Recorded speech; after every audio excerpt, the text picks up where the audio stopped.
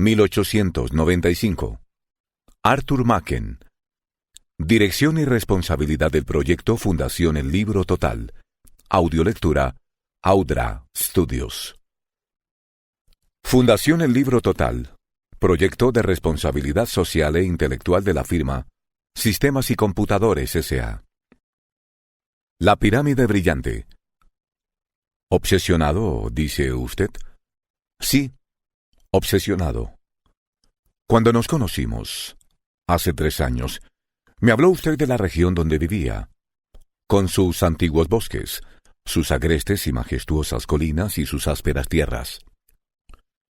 El cuadro que usted me describió quedó grabado en mi mente, y lo recuerdo siempre, de un modo especial cuando estoy sentado en mi escritorio y oigo el intenso rumor del tránsito de las calles de Londres. Pero, ¿cuándo ha llegado usted? La verdad, Dyson, es que he venido directamente desde la estación. He salido esta mañana temprano para tomar el tren a las 10:45. Bueno, me alegro mucho de que haya venido a verme. ¿Qué ha sido de su vida desde la última vez que nos vimos? Supongo que no existe ninguna Mrs. Van. No, dijo Van. Continúo siendo un eremita como usted. No he hecho más que vagabundear de un lado para otro. Van había encendido su pipa y estaba sentado en el brazo del sillón, mirando a su alrededor, con una mezcla de asombro y de intranquilidad. Dyson había hecho correr su silla cuando entró su visitante, y tenía un brazo apoyado en su escritorio, lleno de papeles y de libros en desorden. ¿Y usted? ¿Sigue ocupado en la antigua tarea?, inquirió Van, señalando el montón de papeles y de abultadas carpetas. Sí. El sueño de la literatura es tan vano y tan absorbente como el de la alquimia. Bueno, supongo que se quedará algún tiempo en la ciudad. ¿Qué haremos esta noche? En realidad, me gustaría convencerle para que viniera a pasar unos días en el oeste. Estoy persuadido de que le sentarían estupendamente. Es usted muy amable, Van, pero resulta difícil abandonar Londres en septiembre. Doré no podía haber dibujado nada más maravilloso y místico que la Oxford Street, tal como la vi hace un par de días, al atardecer. El reflejo del sol poniente, la calina azul, transformaban la calle en un sendero que conducía a la ciudad espiritual. A pesar de todo, me gustaría que viniera. Disfrutaría usted paseando por nuestras colinas. Estoy asombrado. Me pregunto cómo puede trabajar en medio de este ruido. Creo que gozaría de veras con la tranquilidad de mi viejo hogar entre los bosques. Van volvió a encender su pipa y miró ansiosamente a Dyson para comprobar si sus palabras habían producido algún efecto, pero su amigo sacudió la cabeza, sonriendo, y en lo íntimo de su corazón hizo un voto de fidelidad a las calles ciudadanas. «No puede usted tentarme», dijo. «Bien, quizá tenga usted razón. Después de todo, tal vez estaba equivocado al hablar de la tranquilidad del campo. Allí, cuando se produce una tragedia, es como una piedra arrojada en una charca. Los círculos que forma el agua se van ensanchando, y parece que no hayan de terminar nunca de agrandarse. ¿Han tenido ustedes alguna tragedia allí? Bueno, no me atrevo a calificarla de tal, pero hace cosa de un mes. Me preocupó mucho algo que ocurrió. Puede o no puede haber sido una tragedia, en el sentido corriente de la palabra. ¿Qué fue lo que sucedió? Verá, el hecho es que desapareció una muchacha de un modo bastante misterioso. Sus padres, que responden al nombre de Trevor, son unos granjeros acomodados, y su hija mayor, Annie, era una especie de belleza local. En realidad, era muy guapa. Una tarde, decidió ir a visitar a su tía, una viuda que cultiva sus propias tierras, y como las dos casas se encuentran solamente separadas por una distancia de 5 o 6 millas, Annie les dijo a sus padres que iría por el atajo que pasa por las colinas. No llegó a casa de su tía, ni ha vuelto a ser vista. Se lo cuento a grandes rasgos, desde luego. ¡Qué cosa más rara! Supongo que en las colinas no habrá minas abandonadas. ¿Cree usted que pudo caerse por algún precipicio? No. El camino que tenía que tomar no discurre junto a ningún barranco. No es más que un sendero abierto en plena colina, apartado, incluso, de cualquier camino secundario. Pueden recorrerse millas enteras sin encontrar un alma, pero es absolutamente seguro. ¿Y qué dice la gente acerca de ello? Oh, tonterías. No tiene usted idea de lo supersticiosa que es la gente del campo. Donde yo vivo, son más supersticiosos que los irlandeses, que ya es decir. Pero, ¿qué es lo que dicen? Oh, suponen que la pobre muchacha se marchó con las hadas. Si el caso no fuera tan trágico, habría para echarse a reír. Dyson pareció algo interesado. Sí, dijo. La palabra hadas suena algo rara al oído en la época actual, pero ¿qué dice la policía? Supongo que no aceptará la hipótesis del cuento de hadas. No, pero tengo la impresión de que anda completamente despistada. Lo que temo es que Annie Trevor tropezara con algunos fascinerosos en su camino. Castletown, como ya sabe, es un importante puerto de mar, y algunos de los peores marinos extranjeros desertan de cuando en cuando de sus barcos y se dedican al bandolerismo. No hace muchos años, un marinero español llamado García asesinó a toda una familia por un botín que no valía 6 peniques. Algunos de esos tipos apenas son humanos, y mucho me temo que la pobre muchacha haya tenido un final espantoso. ¿Vieron merodear por allí a algún marinero extranjero? No. Y la gente del campo se fija inmediatamente en cualquiera que tenga un aspecto o vista de un modo anormal. A pesar de todo, parece como si mi teoría fuese la única explicación posible. ¿No hay ningún dato que pueda servir de punto de partida?, inquirió Dyson pensativamente. ¿Un asunto amoroso o algo por el estilo? Oh, no, ni pensarlo. Estoy seguro de que si Annie estuviera viva, se lo hubiera hecho saber a su madre. Desde luego, desde luego. Pero existe la posibilidad de que esté viva y no pueda comunicarse con sus amigos. Todo esto debe haberle producido muchas preocupaciones. En efecto, aborrezco los misterios, especialmente los que pueden ser el velo del horror. Pero, francamente, Dyson, prefiero no recordarlo. No he venido aquí para hablarle de esto. Naturalmente, dijo Dyson, un poco sorprendido por la actitud de Vahan. Ha venido para conversar de temas más alegres. No, eso tampoco. Lo que acabo de contarle ocurrió hace cosa de un mes. Pero en estos últimos días ha sucedido algo que me afecta de un modo más personal y, para ser absolutamente sincero, he venido a verle con la idea de que podía ayudarme. ¿Recuerda el extraño caso de que me habló cuando nos vimos por última vez? Algo acerca de un fabricante de gafas. Oh, sí, lo recuerdo perfectamente. En aquella época estaba muy orgulloso de mi perspicacia. Incluso ahora la policía no tiene la menor idea del motivo de que fueran deseadas aquellas extrañas gafas amarillas. Pero tiene usted un aspecto realmente preocupado, Van. Espero que no será nada grave. No. Creo que he estado exagerando, y quiero que usted me tranquilice. Pero lo que ha sucedido es muy raro. ¿Y qué ha sucedido? Estoy convencido de que se reirá de mí. Pero esta es la historia. Como usted ya sabe, hay un camino, un derecho de paso, que cruza mis tierras y, para ser exacto, discurre junto al muro de la huerta. No es utilizado por muchas personas. Algún leñador, de cuando en cuando, y 5 o 6 chiquillos que van a la escuela del pueblo y pasan por allí 2 veces al día.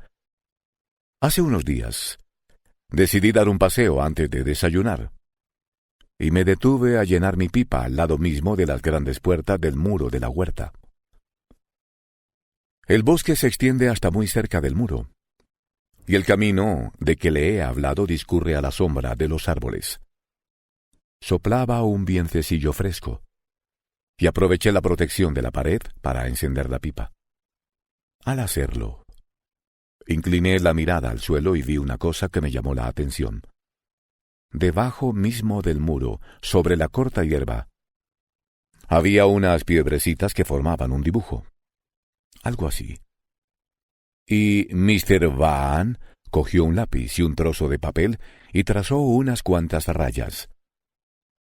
Como puede ver, continuó, las piedrecitas eran 12 y estaban simétricamente espaciadas. Las piedras eran puntiagudas y todas las puntas estaban dirigidas en la misma dirección. ¿Sí?, dijo Dyson sin mucho interés. No cabe duda de que los chiquillos que usted ha mencionado estuvieron jugando cuando regresaban de la escuela. Los niños son muy aficionados a entretenerse haciendo dibujos con piedras, flores, conchas o cualquier otra cosa que encuentren. Eso fue lo que yo pensé. Vi aquellas piedras que formaban una especie de dibujo y me marché. Pero a la mañana siguiente volví a pasar por allí y vi otra vez las piedrecitas, en el mismo lugar. El dibujo, sin embargo, era distinto. Las piedras estaban dispuestas como los rayos de una rueda, uniéndose todas en un centro común. Y este centro estaba formado por otro dibujo que parecía una copa. Todo, desde luego, a base de piedrecitas.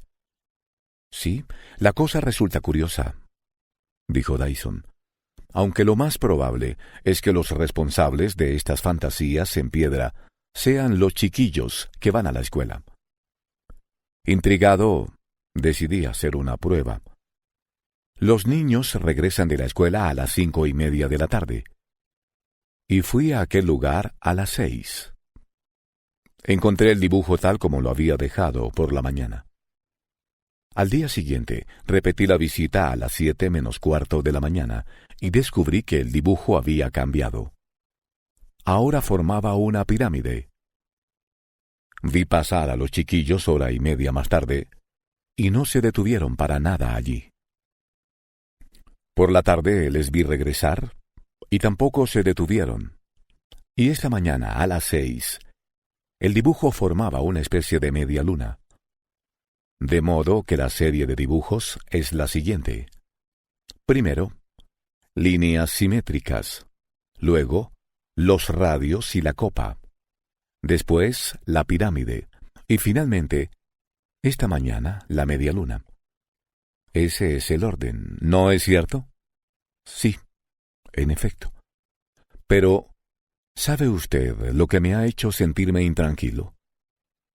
Supongo que va a parecerle absurdo, pero no puedo evitar la idea de que alguien los utiliza para comunicarse con otros, o para amenazarme.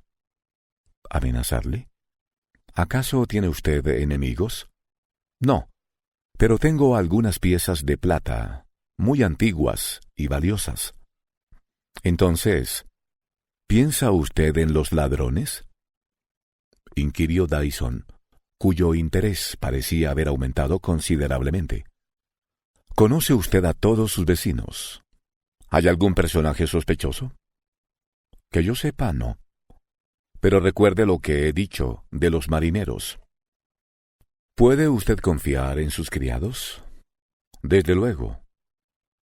La plata se encuentra en una habitación a prueba de ladrones. El único que sabe dónde está la llave es el mayordomo. Un hombre que lleva muchos años al servicio de la familia.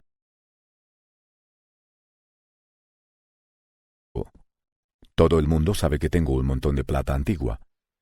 Y la gente del campo es muy aficionada al comadreo. De modo que la información puede haber llegado a oídos de algún indeseable. Es probable. Aunque confieso que la teoría de los ladrones me parece algo insatisfactoria. ¿Quién se comunica con quién? Me resisto a aceptar esa explicación. ¿Qué fue lo que le hizo relacionar la plata con aquellos dibujos? La figura de la copa, dijo Vaam, da la casualidad de que poseo una ponchera muy grande y muy valiosa de la época de Carlos II. El cincelado es realmente exquisito, y la pieza vale un montón de dinero. El dibujo que le describí a usted tenía la misma forma de mi ponchera. Una extraña coincidencia, desde luego. Pero, ¿y los otros dibujos? ¿Tiene usted algo en forma de pirámide? Ah, eso es lo más raro de todo. La ponchera en cuestión, juntamente con un juego de cucharas antiguas, está guardada en un pequeño arcón de caoba, de forma piramidal. Confieso que todo esto me interesa muchísimo, dijo Dyson. Continúe. ¿Qué me dice de los otros dibujos? El ejército, como podríamos llamar al primero, y la media luna. No he podido relacionarlos con nada. Sin embargo, creo que admitirá usted que mi curiosidad y mi preocupación están injustificadas. Me disgustaría mucho perder alguna de las piezas antiguas de plata. Casi todas ellas han pertenecido a mi familia desde hace generaciones. Y no puedo quitarme de la cabeza la idea de que algunos fascinerosos tratan de hacerme víctima de un robo y se comunican unos con otros todas las noches por medio de esos dibujos. Sinceramente, dijo Dyson, no sé qué decirle. Estoy tan a oscuras como usted. Su teoría parece la única explicación posible y, sin embargo, las dificultades que existen son enormes. Se reclinó hacia atrás en su asiento y los dos hombres se miraron, con el ceño fruncido, perplejos ante un problema tan raro. A propósito, dijo Dyson después de una larga pausa, ¿qué formación geológica tienen ustedes allí? Mr. Vaam levantó la mirada, muy sorprendido por la pregunta. Arenisca y caliza roja, creo, respondió. Nos encontramos un poco más allá de las capas que contienen carbón mineral. Pero ni en la arenisca ni en la caliza hay piedras, ¿verdad? No. Nunca he visto piedras en los campos. Y confieso que el hecho me había llamado la atención. Lo que yo suponía es un detalle muy importante. A propósito, ¿qué tamaño tenían las piedras utilizadas en aquellos dibujos? Da la casualidad de que me he traído una. La cogí esta mañana. ¿De la media luna? Exactamente. Aquí está. Sacó de uno de sus bolsillos una piedra de forma alargada y terminada en punta, de unas 3 pulgadas de longitud. El rostro de Dyson brilló de excitación al cogerla de manos de Vaam. Desde luego, dijo después de un breve silencio. Tiene usted unos vecinos muy raros. Me cuesta trabajo creer que puedan albergar algún propósito acerca de su ponchera. ¿Sabe usted que esto es una piedra cuneiforme antiquísima y que además tiene forma única? He visto ejemplares que procedían de todas las partes del mundo, pero ninguno como este, que posee unas características muy especiales. Dejó su pipa sobre el escritorio y sacó un libro de uno de los cajones. Tenemos el tiempo justo para tomar el tren que sale a las 5:45 para Castletown, dijo. Mr. Dyson aspiró profundamente el aire puro de las colinas y sintió todo el encanto del escenario que le rodeaba. Era por la mañana, temprano, y se encontraba en la terraza de la parte delantera de la casa. Los antepasados de Vahan la habían construido en la falda de una alta colina, al amparo de un antiguo y tupido bosque que rodeaba el edificio por 3 de sus puntos cardinales. Por el cuarto, al sudoeste, el terreno descendía suavemente hasta hundirse en el valle, por cuyo fondo discurría un rumoroso riachuelo. En la terraza, perfectamente resguardada, no corría ni un soplo de viento, y los árboles permanecían inmóviles. Un solo rumor turbaba el silencio: el murmullo cantarín del agua al deslizarse entre las rocas.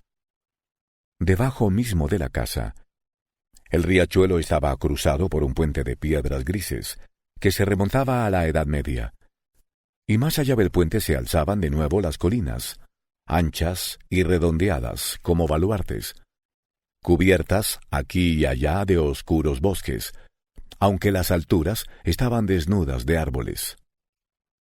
Dyson miró al norte y al sur, y solo vio la pared de las colinas y los antiguos bosques, y el riachuelo regateando entre ellos. Todo gris y difuso con la niebla matinal, bajo el cielo plomizo. La voz de Mr. Vahan rompió el silencio. «Pensé que estaría usted demasiado cansado para levantarse tan temprano», dijo. «Veo que está admirando el paisaje. Es hermoso, ¿verdad? Aunque supongo que el viejo Meirich Vahan lo pensó mucho en el escenario cuando edificó la casa. Un hogar antiguo y extraño, ¿no es cierto?» «Sí, pero encaja perfectamente con los alrededores. Sus piedras son tan grises como las del puente y como las colinas. Temo haberle traído aquí para nada, Dyson», dijo Vahan. «Esta mañana he estado allí y no he visto rastro de ningún dibujo». Echaron a andar a través del césped hasta llegar a un sendero que pasaba por la parte posterior de la casa. Avanzaron por él, y súbitamente Vahan se detuvo. Estaban junto a la puerta del muro de la huerta. «Mire, aquí era», dijo Vahan señalando el suelo. «La primera mañana que vi las piedras estaba en el lugar en que usted se encuentra ahora». «Ya. Aquella mañana fue el ejército, luego la taza, luego la pirámide y ayer la media luna». «¡Qué piedra más rara!», continuó Dyson, señalando un bloque de piedra caliza que sobresalía del suelo, debajo del mismo muro. «Parece una especie de columna enana, pero supongo que es natural». «Sí, lo mismo creo yo. Imagino que la trajeron aquí para utilizarla en los cimientos de otro edificio más antiguo que el nuestro. Es muy probable». Dyson miraba a su alrededor atentamente, tendiendo la vista desde el suelo al muro y desde el muro al profundo bosque que casi colgaba sobre la huerta, oscureciendo el lugar incluso en plena mañana. «Mire aquí», dijo Dyson al cabo de un rato. «Desde luego, eso tiene que ser obra de los chiquillos. Mire». Se había inclinado y examinaba la roja superficie del muro, que había sido levantado con ladrillos blancos. Vahan se acercó y miró fijamente el lugar señalado por el dedo de Dyson. Apenas pudo distinguir una leve señal en la rojiza superficie. «¿Qué es eso?», preguntó. «Apenas puedo distinguirlo. Mírelo más de cerca. ¿No le parece una tentativa de dibujar un ojo humano?» «Ah, ahora lo veo. Mi vista no es muy aguda». «Sí, han tratado de dibujar un ojo, como usted dice. Creí que a los chiquillos les enseñaban a dibujar en la escuela». «Bueno, es un ojo bastante raro. Tiene una forma muy extraña. Diríase que es el ojo de un chino». Dyson contempló pensativamente la obra del artista en agraz, y arrodillándose examinó de nuevo el muro minuciosamente. «Me gustaría mucho saber», dijo finalmente, «cómo es posible que un chiquillo de estos andurriales conozca la forma que tienen los ojos mongólicos». «La mayoría de los niños tienen una impresión muy distinta del tema. Dibujan un círculo, o algo parecido a un círculo, y ponen una manchita en el centro. No creo que ningún chiquillo imagine que el ojo está hecho realmente como ese». Quizá pueda derivar del rostro grabado en una lata de té, pero no me parece probable. Pero, ¿por qué está tan seguro de que lo dibujó un chiquillo? Mire la altura. Esos ladrillos tienen unas 2 pulgadas de espesor, aproximadamente. Desde el suelo hasta el dibujo hay 20 tongadas de ladrillos. Esto nos da una altura de 3 pies y medio. Ahora, imagine que va a dibujar algo en ese muro. Exactamente. Su lápiz, si tuviera uno, tocaría el muro al nivel aproximado de sus ojos, es decir, a una distancia de más de 5 pies del suelo. Por lo tanto, resulta fácil colegir que ese ojo fue dibujado por un niño de unos 10 años. Sí, no se me había ocurrido. Desde luego, tiene que haberlo hecho uno de los chiquillos. Lo mismo creo yo. Sin embargo, como ya le he dicho, en esas 2 líneas hay algo muy poco infantil.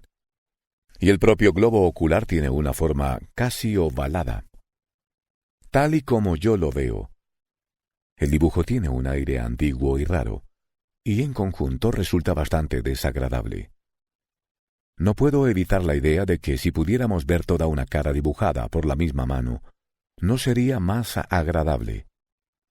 Pero, después de todo, esto es una tontería, que no nos hace avanzar en nuestras investigaciones. Es muy raro que la serie de dibujos a base de piedras haya tenido un final tan brusco. Los 2 hombres emprendieron el camino de regreso a la casa. Y en el momento que entraban en el porche, se abrió un claro en el cielo gris, y un rayo de sol bañó las grisáceas colinas delante de ellos. Durante todo el día, Dyson vagabundeó pensativamente por los campos y los bosques que rodeaban la casa. Estaba intrigado por las extrañas circunstancias que se proponía aclarar, y en un momento determinado sacó de su bolsillo la piedra cuneiforme y la examinó con profunda atención. Había algo en ella que la hacía completamente distinta de los ejemplares que había visto en museos y en colecciones particulares. La forma era de un tipo distinto, y alrededor del filo había una línea de puntitos que tenía toda la apariencia de un adorno. ¿Quién, pensó Dyson, podía poseer tales cosas en un lugar tan apartado? ¿Y quién, poseyendo las piedras, podía haberles dado el fantástico uso de dibujar figuras incomprensibles bajo la tapia de la huerta de Balaam? Lo absurdo de todo el asunto le molestaba indescriptiblemente, y a medida que su mente rechazaba una teoría tras otra, se sentía fuertemente tentado de tomar el primer tren y regresar a la ciudad. Había visto la plata antigua que poseía Balaam y había examinado la ponchera, la gema de la colección, con suma atención, y lo que vio y su conversación con el mayordomo le convencieron de que un complot para robar la ponchera tenía muy pocos visos de verosimilitud. El arcón donde estaba guardada la ponchera, una pesada pieza de caoba que databa evidentemente de principios de siglo, recordaba ciertamente una pirámide. Y Dyson se sintió inclinado, en el primer momento, a realizar un trabajo de detective. Pero una reflexión más detenida le convenció de la imposibilidad de la hipótesis del robo. Tenía que encontrar algo más satisfactorio. Le preguntó a Balaam si había gitanos por aquellos alrededores, y Balaam le respondió que no habían visto uno desde hacía años. Esto le desanimó bastante, ya que sabía que los gitanos tienen la costumbre de dejar extraños jeroglíficos a su paso, y había depositado ciertas esperanzas en aquella idea cuando se le ocurrió. Al oír la respuesta de Balaam, que significaba la destrucción de su teoría, se reclinó hacia atrás en su asiento, con expresión de disgusto. «Es raro», dijo Balaam, «pero los gitanos no nos han producido nunca molestias. De vez en cuando, los campesinos encuentran restos de fogatas en la parte más agreste de las colinas, pero nadie parece saber quién las enciende. Serán obra de los gitanos. En aquellos lugares tan apartados». No lo creo. Los gitanos y los vagabundos de todas clases suelen andar por las carreteras y caminos próximos a los lugares habitados. Bueno, no sé qué decirle. Esta tarde he visto a los chiquillos cuando regresaban de la escuela. Y como usted dijo, no se han detenido para nada junto al muro. De modo que no tendremos más ojos en la tapia, por lo menos. Uno de estos días me dedicaré a espiarles y descubriré quién es el artista. A la mañana siguiente, cuando Vahán salió a dar su acostumbrado paseo, encontró a Dyson, que le estaba esperando junto a la puerta de la huerta, y al parecer en un estado de intensa excitación, ya que le hizo señas para que se acercara, gesticulando violentamente. —¿Qué sucede? —preguntó Vahán. —¿Otra vez las piedras? No, pero mire ahí. Mire la tapia, ¿lo ve? Hay otro ojo. Exactamente. Dibujado a muy poca distancia del primero, casi al mismo nivel, aunque ligeramente más abajo. ¿Quién diablos será el autor? No pueden haber sido los chiquillos. Anoche no estaban ahí, y los niños no pasarán hasta dentro de una hora. ¿Qué significado puede tener? Creo que en el fondo de todo esto se encuentra el propio diablo, dijo Dyson. Desde luego, resulta difícil no llegar a la conclusión de que esos infernales ojos almendrados han sido dibujados por la misma mano que trazó los dibujos con las piedras cuneiformes. ¿Y a dónde puede llevarnos esa conclusión? Es más de lo que puedo decir. Por mi parte he tenido que echarle un freno a mi imaginación, pues de lo contrario se hubiera desbocado. Los dos hombres permanecieron callados unos instantes. Luego Dyson continuó. —Bam, ¿se ha fijado usted en que existe un detalle muy curioso, en común entre las figuras hechas con piedras y los ojos dibujados en el muro? —¿A qué se refiere? —preguntó Vahán, sobre cuyo rostro había caído una sombra de indefinido temor. —A esto. Sabemos que los dibujos del ejército, la copa, la pirámide y la media luna, tienen que haber sido hechos durante la noche. Probablemente, eso significa que estaban destinados a ser vistos también durante la noche. Bueno, el mismo razonamiento es aplicable a esos ojos del muro. No acabo de comprenderle, Dyson. Verá, las últimas noches han sido muy oscuras, ya que el cielo ha estado cubierto de nubes.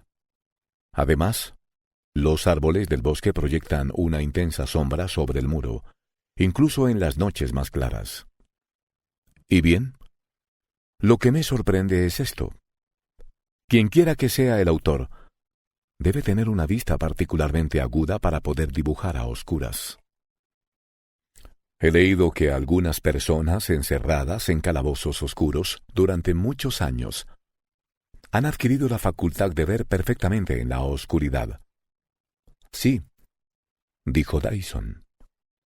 El abate Faria, del conde de Montecristo, por ejemplo. Pero es un detalle muy curioso.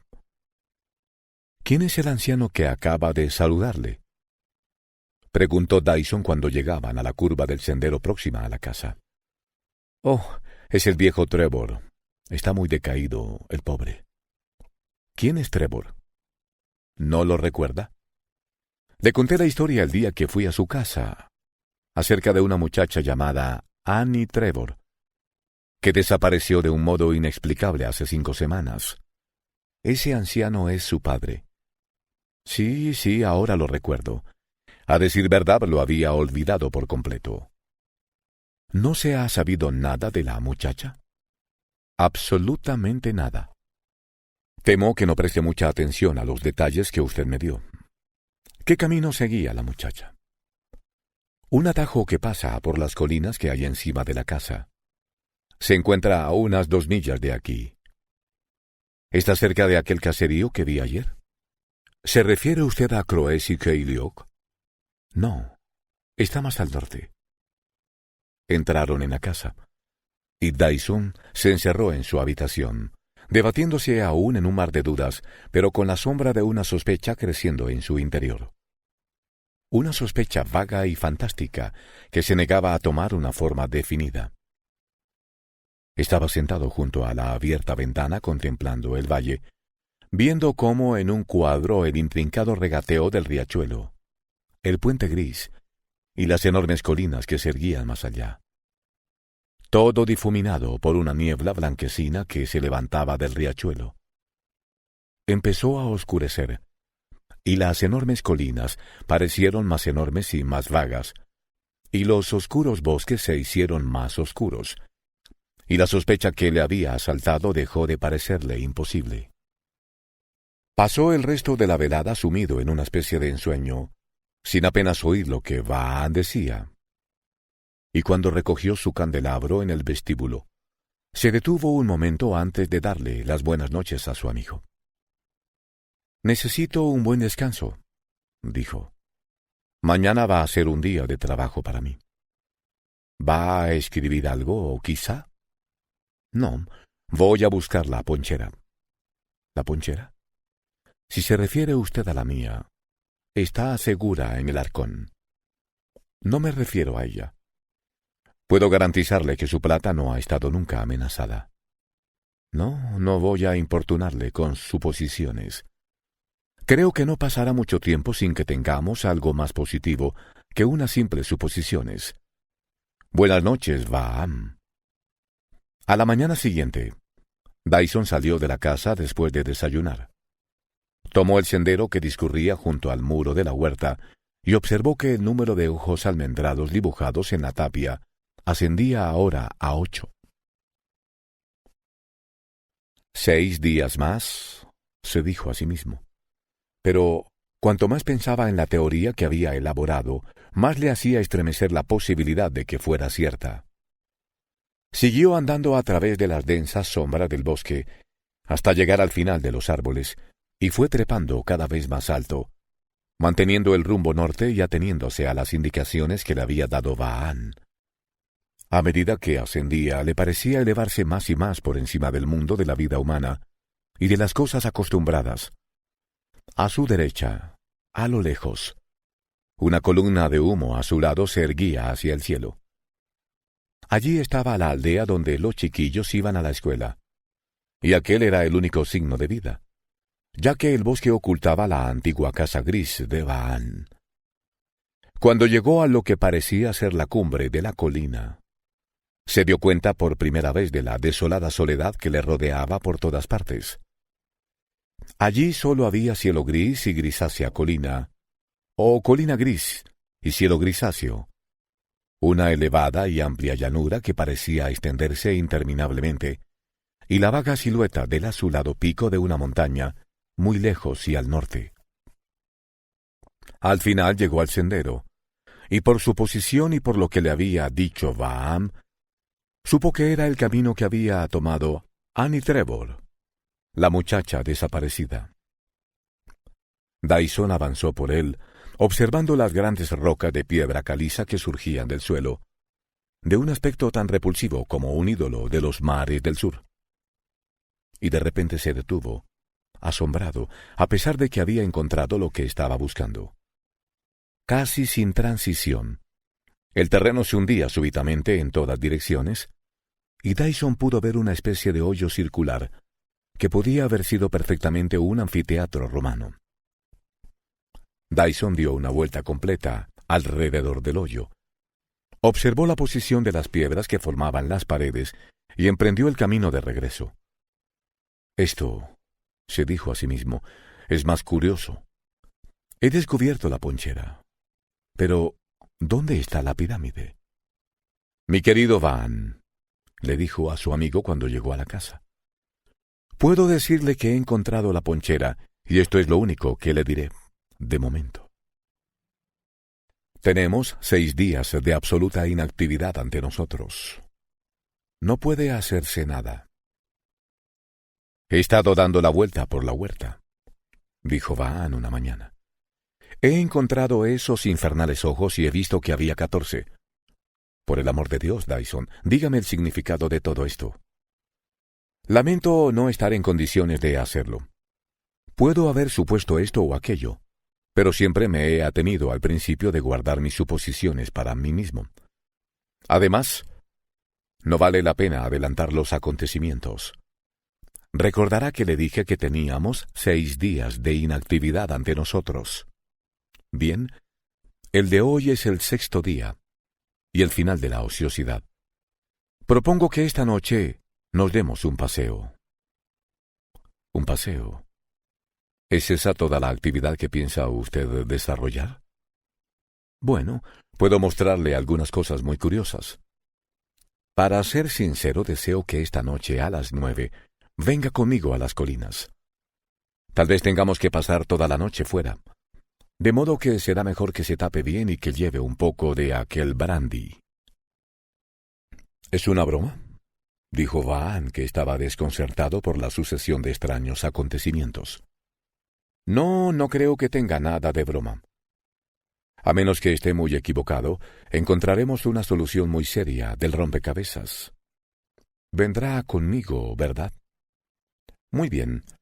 ¿Qué dirección piensa usted seguir? La del sendero de que usted me habló. El atajo que se supone tomó Annie Trevor. Vahan palideció al oír el nombre de la muchacha. No creí que siguiera usted esa pista, dijo. Pensaba que se estaba usted ocupando del asunto de los dibujos en el suelo y en el muro de la huerta. En fin, le acompañaré. Aquella noche, a las 9:15, los 2 hombres salieron de la casa y tomaron el sendero que cruzaba el bosque hacia la cumbre de la colina. Era una noche muy oscura. El cielo estaba encapotado y el valle lleno de niebla. Parecían andar en un mundo de sombras y de tristeza, sin apenas hablar, temerosos de romper el agobiante silencio. Andaron y andaron, hasta que, finalmente, Dyson cogió a su compañero por el brazo. «Nos detendremos aquí», dijo. «Creo que no hay nada todavía. Conozco el lugar», dijo Vahan al cabo de unos instantes. «He venido a menudo durante el día. Los campesinos temen venir aquí, según creo. Suponen que es un castillo encantado o algo por el estilo. Pero, ¿qué diablos hemos venido a hacer aquí?» «Hable un poco más bajo», dijo Dyson. «No nos favorecería en nada que nos oyeran hablar». «¿Que nos oyeran hablar? No hay un alma viviente en 3 millas a la redonda». «Posiblemente no. En realidad, debería decir que desde luego que no, pero puede haber un cuerpo algo más cerca». «No comprendo absolutamente nada», dijo Vahan, bajando el tono de su voz por complacer a Dyson. «Pero, ¿por qué hemos venido aquí? Ese hoyo que hay ante nosotros es la ponchera. Creo que será mejor que no hablemos, ni siquiera en voz baja». Se tendieron sobre la hierba. De cuando en cuando, Dyson levantaba ligeramente la cabeza para echar una ojeada y retrocedía inmediatamente, no atreviéndose a mirar durante mucho rato. Volvía a aplicar el oído al suelo para escuchar, y las horas fueron pasando, y la oscuridad pareció hacerse más intensa. Y el único sonido audible era el débil suspiro del viento. La impaciencia de Vahan iba en aumento a medida que transcurría el tiempo. Empezaba a encontrar absurda aquella inútil espera. «¿Cuánto tiempo va a durar esto?», le susurró a Dyson. Y Dyson, que había estado conteniendo la respiración en la agonía de su vigilia, acercó su boca al oído de Vahan y dijo, con pausas entre cada sílaba y el tono de voz que el sacerdote emplea para pronunciar las terribles palabras: «¿Quiere usted escuchar?». Vahan pegó el oído al suelo, preguntándose qué era lo que tenía que oír. Al principio no oyó nada. Luego, un leve ruido procedente de la ponchera llegó hasta él. Un ruido extraño, indescriptible, como si alguien apoyara la lengua contra el paladar y expeliera la respiración. Vaan escuchó ávidamente y de pronto el ruido se hizo más intenso, convirtiéndose en un estridente y horrible silbido, como si la tierra, debajo de él, hirviera de insoportable calor. Incapaz de soportar por más tiempo la tensión, Vaan alzó la cabeza y miró en dirección a la ponchera. Al principio se negó a dar crédito a sus ojos. La ponchera hervía realmente como una caldera infernal. Pero hervía de formas vagas que se movían continuamente, sin que se oyera el sonido de sus pasos, reuniéndose en grupos aquí y allí, y hablándose unas a otras con un horrible sonido sibilante, como el que emiten las serpientes. Vaan no pudo apartar su rostro de allí, a pesar de que notó la presión de los dedos de Dyson advirtiéndole para que lo hiciera. Por el contrario, aguzó la mirada y vio vagamente algo parecido a rostros y miembros humanos. Aunque su corazón se estremeció con la seguridad de que ningún ser humano podía producir aquellos sibilantes y horribles sonidos. Miró y miró, conteniendo una exclamación de terror. Y al final las espantosas formas se reunieron más espesas alrededor de algún vago objeto situado en el centro de la cavidad. Y los sonidos sibilantes crecieron en intensidad. Y Vaan vio a la incierta claridad los abominables miembros, vagos y, sin embargo, demasiado perceptibles, y creyó oír muy débilmente un lamento humano a través del rumor de una charla que no era de hombres. La horrible parodia continuó mientras el sudor empapaba las sienes de Vaan y sus manos quedaban heladas. Luego la espantosa masa se precipitó hacia los costados de la ponchera, y por un instante Vaan vio agitarse unos brazos humanos en el centro de la cavidad. Pero debajo de ellos brilló una chispa. Ardió un fuego y mientras la voz de una mujer profería un alarido de angustia y de terror, una gran pirámide brillante se elevó hacia el cielo, iluminando toda la montaña. En aquel instante, Vaan vio lo que pululaba en la ponchera. Los seres que tenían forma de hombres, pero que eran como niños espantosamente deformes. Los rostros de ojos almendrados, ardiendo de diabólica concupiscencia. Seguían iluminando la montaña. —¿Ha visto usted la pirámide? —dijo Dyson a su oído. —La pirámide brillante. —Entonces, ¿lo reconoce usted? —Desde luego. Es un broche que Annie Trevor solía ponerse los domingos. Recuerdo el dibujo. Pero, ¿dónde lo encontró usted?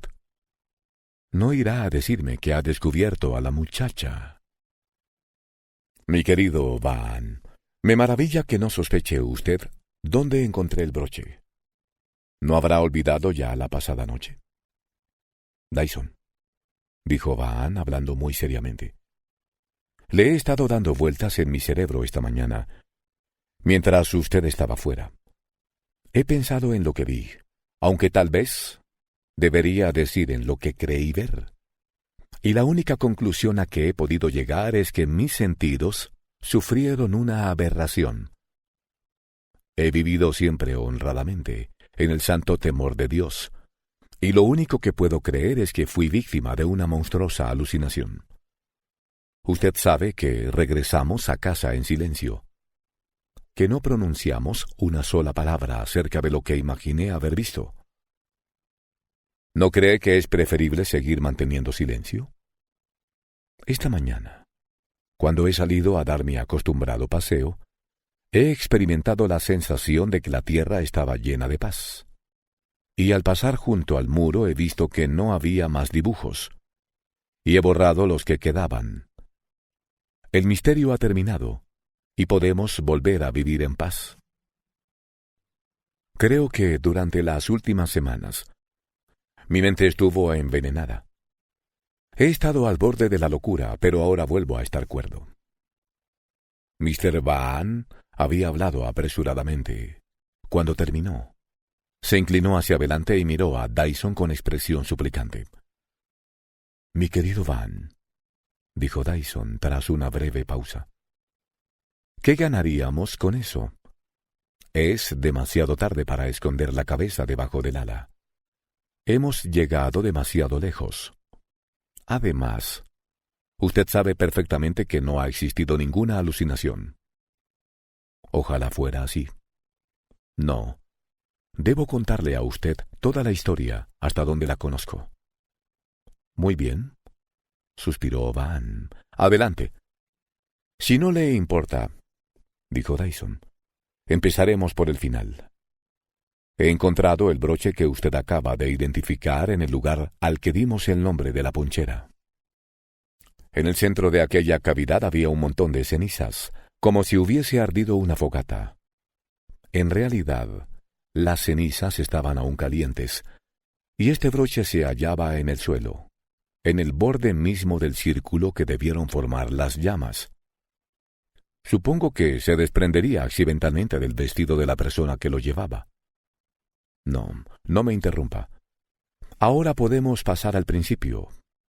Retrocedamos al día en que vino usted a verme a Londres. Por lo que recuerdo, poco después de su llegada mencionó usted un desgraciado y misterioso accidente que se había producido aquí. Una muchacha llamada Annie Trevor había ido a ver a una tía suya y había desaparecido.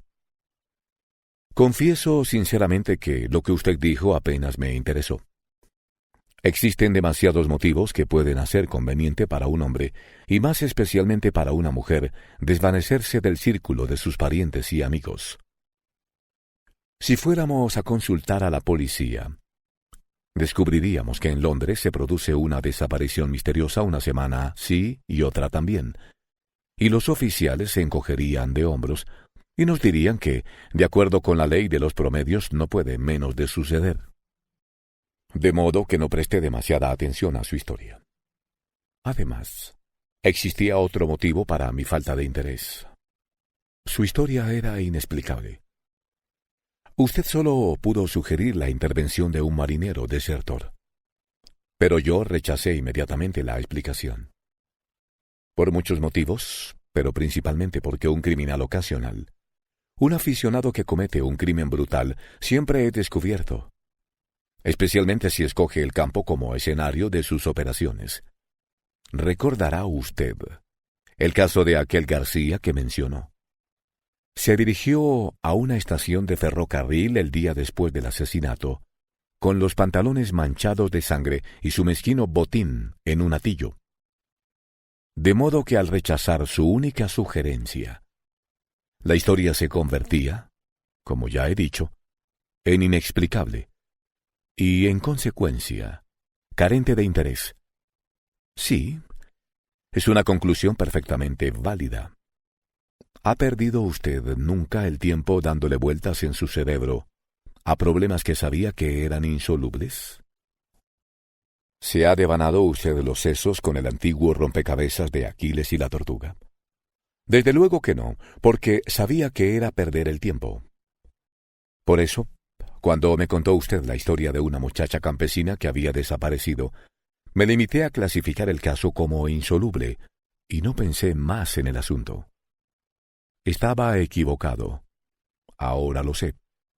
Pero si lo recuerda, inmediatamente pasó usted a otro asunto que le interesaba más profundamente, porque era de tipo personal.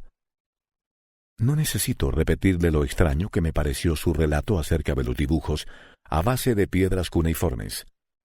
Al principio, creí que se trataba de un simple juego de chiquillos, pero cuando me enseñó usted aquella piedra, sentí que se despertaba mi interés. Allí había algo que se salía de lo corriente, un motivo de verdadera curiosidad.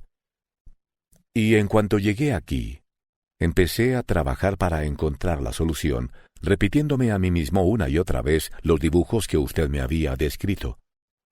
En primer lugar, el dibujo al que dimos el nombre de ejército, una serie de piedras simétricamente alineadas, apuntando todas en la misma dirección. Luego las líneas como los radios de una rueda, todos convergiendo hacia la figura de una ponchera. Luego el triángulo de una pirámide y finalmente la media luna. Confieso que agoté todas las conjeturas en mis esfuerzos para desvelar el misterio. Y como usted comprenderá, era un problema doble o más bien triple, ya que no tenía que limitarme a preguntarme a mí mismo qué significan esas figuras, sino también quién puede ser el responsable de ellas. Además, quedaba el problema de saber quién podía poseer unas piedras tan valiosas, y conociendo su valor, utilizarlas para lo que parecía un pasatiempo y dejarlas abandonadas. Esto último me condujo a suponer que la persona o personas en cuestión desconocían el valor de aquellas piedras cuneiformes, aunque la conclusión no me permitió avanzar más, ya que incluso un hombre culto puede ignorar lo que es una piedra cuneiforme. Luego se presentó la complicación del ojo en el muro, y como usted recordará, llegamos a la conclusión de que su autor o autores eran los mismos que habían hecho los dibujos con las piedras. La posición de los ojos en el muro me hizo investigar si había algún enano por estos alrededores, pero descubrí que no había ninguno y sabía que los chiquillos que pasan por allí camino de la escuela no tenían nada que ver con el asunto. Sin embargo, estaba convencido de que la persona que dibujó los ojos no podía tener más de 3 pies y medio de estatura, ya que, como le indiqué cuando lo encontramos, cualquiera que dibuje sobre una superficie perpendicular escoge instintivamente un lugar que quede al nivel de su rostro. Luego se presentó el problema de la forma de los ojos, aquel acusado carácter mongólico del cual un campesino inglés no podía tener noción. Y como remate, el hecho evidente de que el dibujante o dibujantes tenían que ser capaces de ver prácticamente en la oscuridad. Tal como usted observó, un hombre que ha estado encerrado durante muchos años en un oscuro calabozo puede adquirir aquella característica. Pero, desde la época de Edmundo Dantes, ¿dónde podría encontrarse una cárcel así en Europa? Un marinero que hubiera permanecido largo tiempo en una mazmorra china parecía ser el individuo a localizar. Y aunque ello parecía improbable, no era absolutamente imposible que un marinero, o digamos, un hombre empleado en un barco, fuera un enano. Pero, ¿cómo explicar el hecho de que mi marinero estuviera en posesión de unas piedras cuneiformes prehistóricas? Y aceptada la posesión, ¿cuál era el significado y objeto de aquellos misteriosos dibujos a base de piedras primero, en el muro después? Desde el primer momento me di cuenta de que su teoría acerca de un proyectado robo era insostenible. Y confieso que lo que me puso sobre la verdadera pista fue una simple casualidad. Cuando nos cruzamos con el viejo Trevor, y usted mencionó su nombre y la desaparición de su hija, recordé la historia que había olvidado. Aquí, me dije a mí mismo, hay otro problema. Falto de interés. Es cierto, por sí mismo. Pero, ¿y si estuviera relacionado con los enigmas que me atormentan? Me encerré en mi habitación, aparté de mi mente toda clase de prejuicios, y repasé todo lo sucedido partiendo de la base de que la desaparición de Annie Trevor estaba relacionada con los dibujos de piedras y los ojos del muro. Esta suposición no me condujo muy lejos, y estaba a punto de renunciar definitivamente al asunto, cuando se me ocurrió un posible significado de la ponchera. Como usted sabe, en Surrey existe una ponchera del diablo, y me di cuenta de que el símbolo podía referirse a alguna característica de la región. Entonces, decidí buscar la ponchera cerca del camino que había recorrido la muchacha cuando desapareció. Y ya sabe usted que la encontré. Traducí los dibujos de acuerdo con lo que sabía, y leí el primero. El ejército, así. Habrá una reunión o asamblea en la ponchera dentro de 15 días, cuarto creciente de la luna. para ver la pirámide o para construir la pirámide.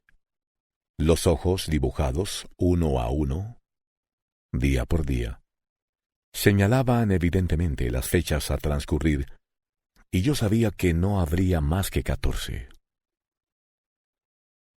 No me preocupé preguntándome cuál sería la naturaleza de la asamblea, ni quién iba a reunirse en el paraje más solitario y más temido de esas agrestes colinas.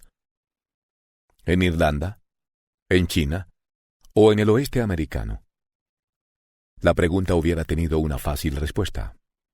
Rebeldes, miembros de una sociedad secreta, vigilantes. Pero en este tranquilo rincón de Inglaterra, habitado por gentes tranquilas, tales suposiciones no eran posibles. Pero yo sabía que tendría la oportunidad de presenciar aquella reunión, y no quise perder el tiempo en inútiles pesquisas. De pronto recordé lo que la gente había comentado a raíz de la desaparición de Annie Trevor, diciendo que se la habían llevado las hadas. Le aseguro, Van, que soy un hombre tan cuerdo como usted, y que suelo controlar mi cerebro para que no se pierda en divagaciones ni en fantasías. Pero aquella alusión a las hadas me llevó a recordar a los enanos del bosque, una creencia que representa una tradición de los prehistóricos habitantes turanios de la región, que vivían en cuevas. Y entonces me di cuenta de que estaba buscando a un ser de menos de 4 pies de estatura, acostumbrado a vivir en la oscuridad, poseedor de instrumentos de piedra y familiarizado con los rasgos mongólicos. Confieso que me avergonzaría hablarle de una cosa tan fantástica, tan increíble, si no fuera por lo que usted vio con sus propios ojos anoche. Y diría que puedo dudar de la evidencia de mis sentidos, si no estuvieran corroborados por los de usted. Pero usted y yo no podemos mirarnos a la cara y pretender que fue una alucinación. Cuando usted estaba tendido en la hierba, a mi lado, noté que se estremecía, y vi sus ojos a la luz de las llamas.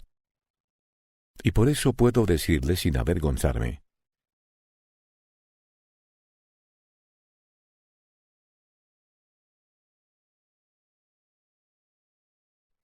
y que suelo controlar mi cerebro para que no se pierda en divagaciones ni en fantasías. Pero aquella alusión a las hadas me llevó a recordar a los enanos del bosque, una creencia que representa una tradición de los prehistóricos habitantes turanios de la región, que vivían en cuevas. Y entonces me di cuenta de que estaba buscando a un ser de menos de 4 pies de estatura, acostumbrado a vivir en la oscuridad, poseedor de instrumentos de piedra y familiarizado con los rasgos mongólicos.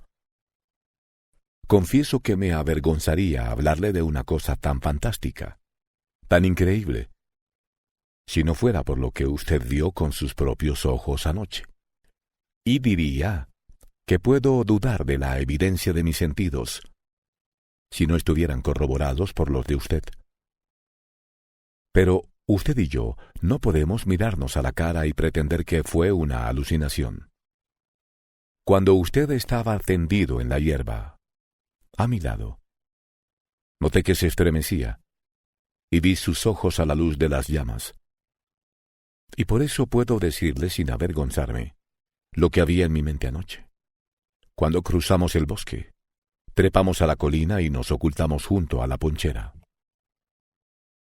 Había una cosa que hubiera tenido que ser la más evidente y que me intrigó hasta el último instante.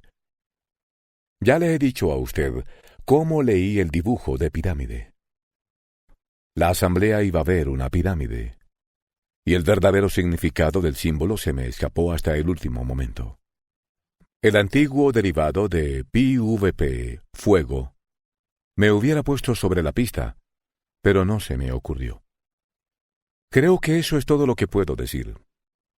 Usted sabe que estábamos completamente indefensos, aun en el caso de que hubiéramos previsto lo que iba a suceder. Ah, ¿el lugar donde aparecieron los dibujos? Sí, es una pregunta muy curiosa.